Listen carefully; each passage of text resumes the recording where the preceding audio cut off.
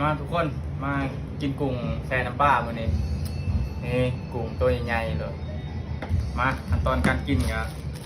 ใส่หอมเจียวเลยเนาะลาดเข้าไปลาดโอเคใส่เบิร์ดเลยตามโดยซีฟู้ดซีฟู้ดช้ำๆลาดลงไป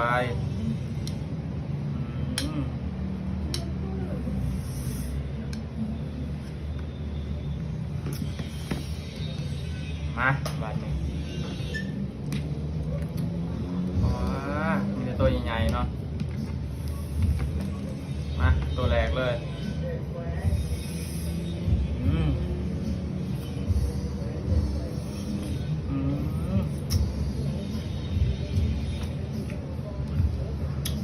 สุดยอดพี่น้อง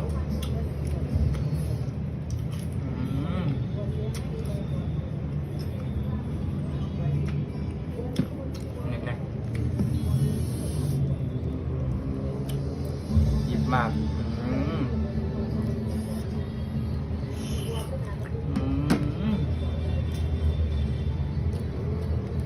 พอเลยมั้ย